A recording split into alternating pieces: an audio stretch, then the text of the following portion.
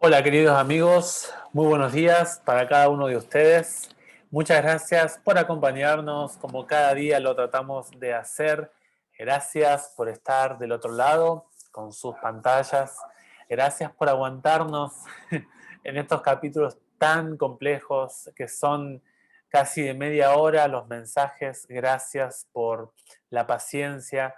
Les pido que, aunque sea si no lo ven, dejen reproduciendo el video y luego lo terminan de ver de manera eh, con tiempo, lo miran detenidamente, estudian el capítulo bien. Eso nos ayuda a seguir creciendo en este canal en YouTube. Y si usted es la primera vez, si tú eres la primera vez que estás acá, te pedimos, por favor, si querés y te gusta el canal, chusmosea un poquito el canal y fíjate si te gusta el contenido que hacemos. Puedes apoyarnos con un me gusta, con una suscripción y también, si quieres, con el compartir con tus seres queridos y amigos y en tus redes sociales. Obviamente, como siempre lo decimos, con personas que amen y que respeten la palabra de Dios. Aquellos que no lo hacen también lo podemos compartir, pero vamos a tener que debatir un poquito con ellos y presentarle de manera más con un argumento más sólido a la palabra de Dios, ¿no? Así que bueno, vamos a orar y le vamos a pedir al Señor que Él nos acompañe, ¿sí? Como cada mañana lo tratamos de hacer. Querido Padre que moras en el cielo, te damos gracias por regalarnos la linda oportunidad de poder estar en tu santo día con nuestros amigos, con nuestros oyentes, para aprender de tu palabra. Solo queremos en esta oración pedirte que nos acompañes en el estudio de esta mañana y gracias por dejarnos el testimonio de el profeta Ezequiel. Gracias por dejarnos el éxito, la victoria del pueblo tuyo aquí en la tierra, Señor, ante las huestes del mal y todas las naciones que se opongan a ti, oh Dios. Ayúdanos a estar en el grupo correcto. Oramos en el nombre de Jesús. Amén.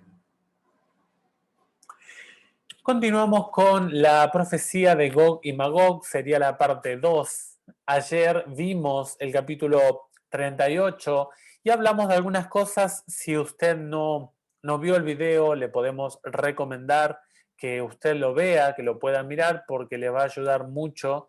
Y dimos las bases para poder analizar estos dos capítulos que están en total contacto y están en un vínculo muy estrecho. Vimos algunos puntos que tenemos que tener en cuenta a la hora de leer Ezequiel 38 y 39. El primero, lo importante que es el contexto. O sea, yo si no entiendo el contexto, el dato histórico que está hablando, que vimos nosotros del capítulo 33 al capítulo 39, que de paso hoy estamos terminando este bloque, de las promesas de restauración para el pueblo de Judá. Y nosotros si no tenemos en cuenta esto, vamos a aplicar o a interpretar o a hacer de manera o traer al presente o al futuro elementos que quizá estén erróneos o incorrectos. Vimos que es muy, muy importante, y esto es un elemento que a veces nos olvidamos en la Biblia, que hay en la Biblia no solamente asuntos teológicos o espirituales, sino también hay asuntos geográficos, históricos, topográficos, o sea, hay elementos que nosotros, arqueológicos, ¿no? Hay elementos que nosotros debemos tener en cuenta a la hora de leer la Biblia. O sea, la historia como una especie de testigo, de argumento sólido para cuando hablamos o nos referimos a la Biblia. Si usted no cree en Dios, bueno, analice la Biblia desde la historia y va a ver que la Biblia no se equivoca. Obviamente que la Biblia no da todos los detalles de cómo va la historia, solamente cuando la Biblia habla en su palabra, Dios habla de asuntos históricos, geográficos, económicos, políticos, solo está interactuando con porciones de la historia que no son muy extensas, como vimos acá, unas 5 décadas, Dios está hablando en Ezequiel 38 y 39. Luego, si queremos seguir la historia a grandes rasgos, tenemos que ir a otro libro como Daniel, por ejemplo, y luego continúa con Apocalipsis, ¿no? Acerca de cómo iba a seguir la historia de la iglesia cristiana. Nosotros no tenemos todos los detalles en la Biblia, pero sí tenemos los suficientes para corroborar que la Biblia es la palabra de Dios. Y el cuarto punto que hemos analizado ayer es ser cuidadosos a la hora de interpretar, examinar y aplicar las profecías bíblicas. Yo, si no tengo en cuenta bien el contexto y la historia, la geografía, todos estos elementos que estuvimos viendo, puedo cometer grandes errores. Bueno, en este capítulo, ¿qué se habla? El capítulo 39, el último de esta sección de las promesas de restauración. Bueno, básicamente lo que vamos a hacer es contarles de qué se trata el capítulo. Vamos a sacar algunos textos muy importantes y vamos a obtener alguna que otra enseñanza para nosotros. En los versículos 2 al 5 se habla específicamente quién está por detrás de los planes de Gog. Dios dice, yo te haré volver, yo tengo un plan contigo, Gog, en tu tierra, con todo tu plan, con toda tu proyección que piensas hacer, yo estoy en contra tuya, no te va a salir bien. Lejos de eso, te voy a traer a la tierra de mi pueblo y allí caerás en el polvo y en la ceniza. En el versículo 6 y 7, estos son importantes. Habla Dios de que enviará fuego sobre Magog y sobre los que viven confiados en las costas lejanas, y ellos sabrán que yo soy el Señor. Daré a conocer mi santo nombre en medio de mi pueblo Israel, y no dejaré que mi santo nombre vuelva a ser profanado.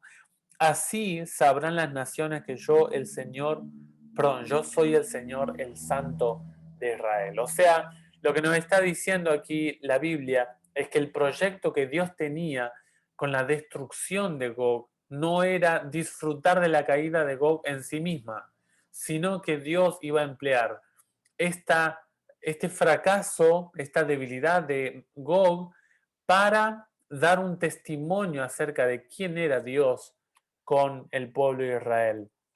El haberlo llevado al cautiverio, Dios lo permitió por amor al pueblo como disciplina. Y en esa medida que tomó Dios para con su pueblo, todas las naciones se burlaron de Israel y criticaron al Dios de Israel. Tal así que la nación que conquistó a Israel se burló abiertamente, Babilonia.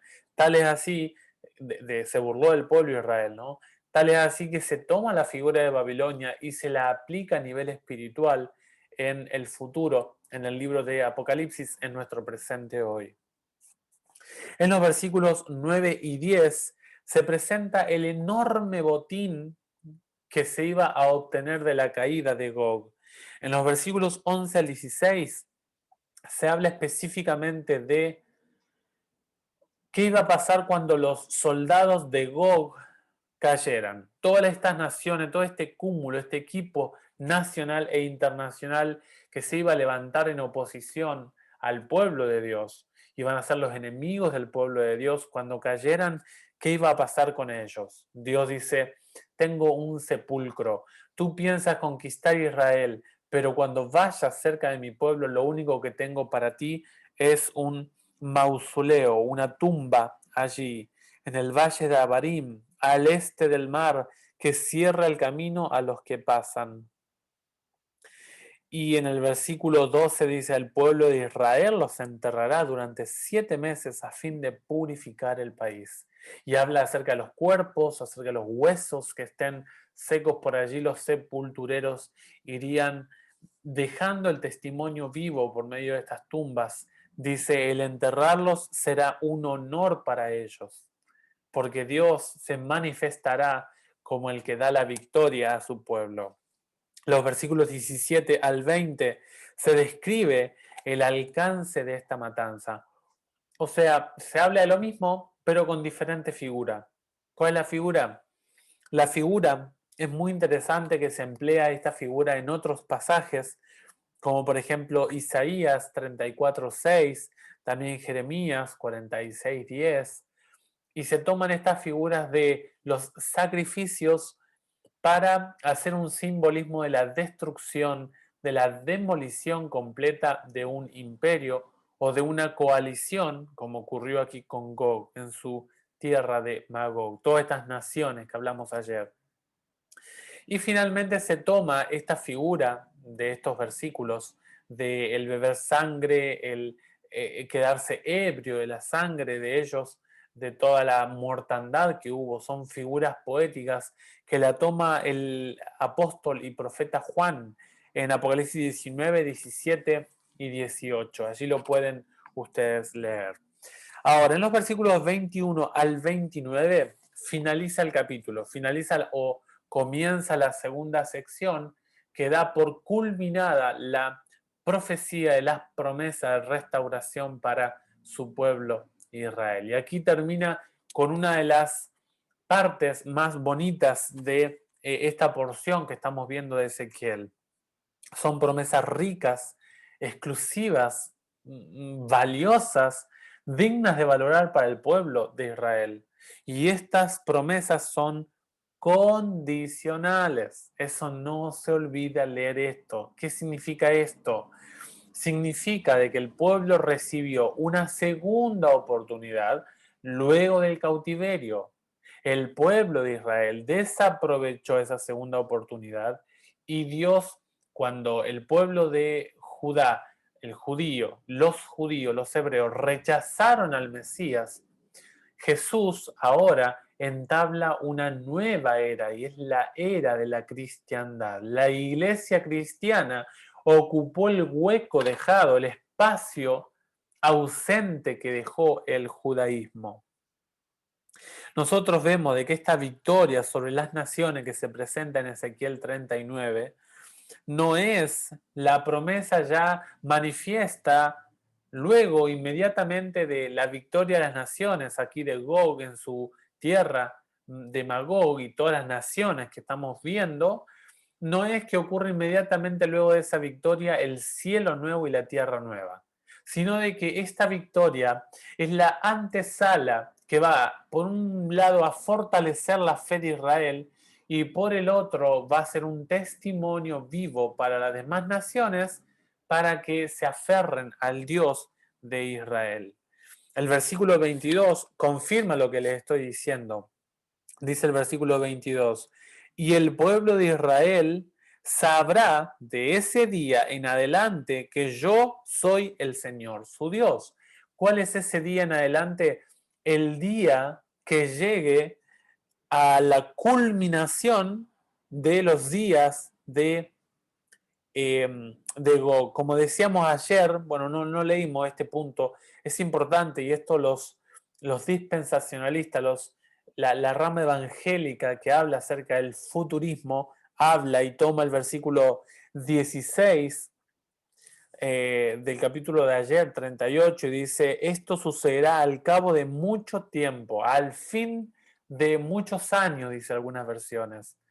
Pero específicamente se está hablando del final de esta etapa. Se cumplió el ciclo, el fin del tiempo, es cuando se acaba el tiempo de gracia, el anuncio de Dios, o se manifiesta la justicia divina en cierto momento de la historia. Por ejemplo, el fin de los días, al cabo de muchos días, fue para los antediluvianos cuando terminó la predicación de los 120 años que hizo Noé.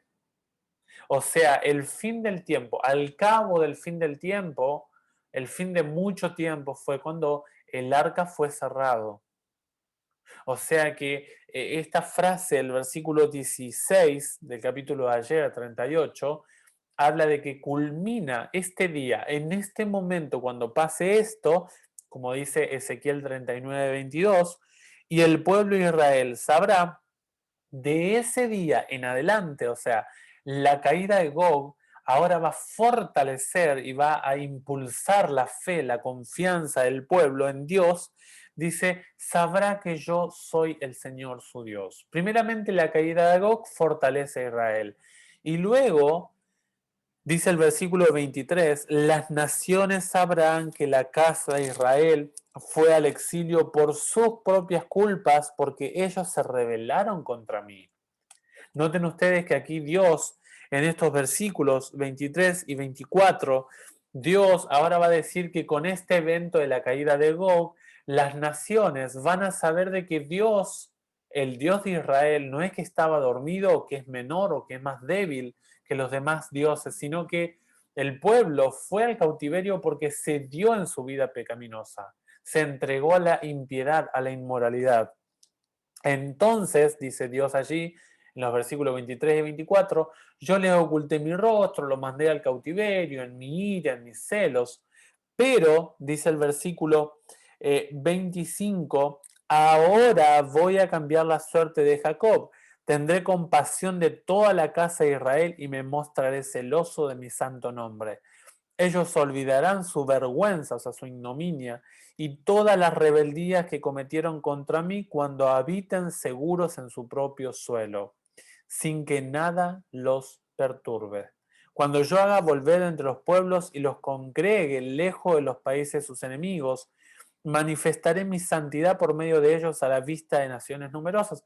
Aquí Dios está hablando, no está hablando de la restauración futura de Israel. Dios mismo nos sitúa, Ezequiel nos sitúa, luego de ser librados del cautiverio. Dice, en su propio suelo, yo los haga volver. ¿De dónde volver? Del cautiverio. Y el versículo específicamente 28 nos dice cuándo es el cumplimiento de esta profecía. En primera porción. Como vimos ayer, luego los escritores inspirados del Nuevo Testamento nos van a llevar a eventos futuros, o sea, eventos de lo que va a ocurrir en el fin del tiempo. Dice, ellos sabrán que yo soy el Señor su Dios cuando los congregue en su propio suelo al fin del tiempo. No dice eso, dice después de haberlos deportado entre las naciones. O sea, Dios me está ubicando en el tiempo y me está diciendo, Ezequiel, no te confundas, esto no te tiene que llevar hasta el final del tiempo. Esto es exclusivamente para una promesa post-exílica. Eso es lo que nos está diciendo Dios en este capítulo de hoy. Entonces, hay necesidad de colocar fechas, de colocar una división, una separación de la última semana de las 70 semanas de Daniel. No, no hace falta. Y los que han escuchado o que han participado de la congregación evangélica y tienen esta mirada, me entienden lo que les estoy diciendo.